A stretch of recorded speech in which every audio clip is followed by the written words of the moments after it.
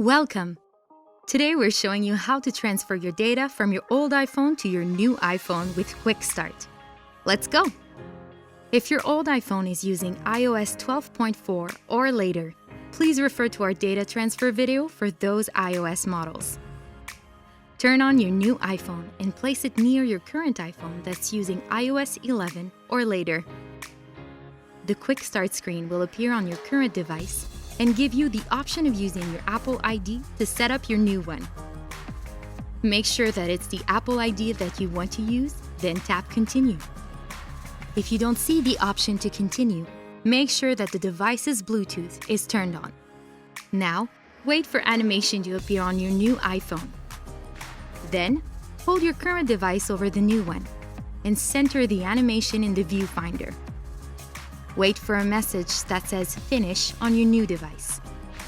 If you can't use your current iPhone's camera, tap Authenticate Manually, then follow the steps that appear. Enter your current iPhone's passcode on your new one.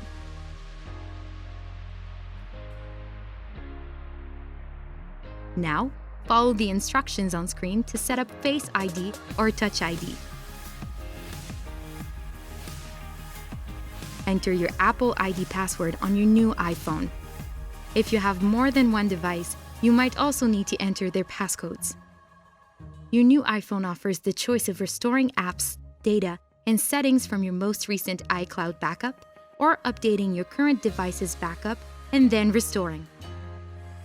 After you choose a backup option, you can choose to transfer some location, privacy, Siri, and Apple Pay settings. If you want to update the backup on your device, make sure that Wi-Fi is enabled on your device. Have an Apple Watch? You'll also be asked if you'd like to transfer your Apple Watch data and settings as well.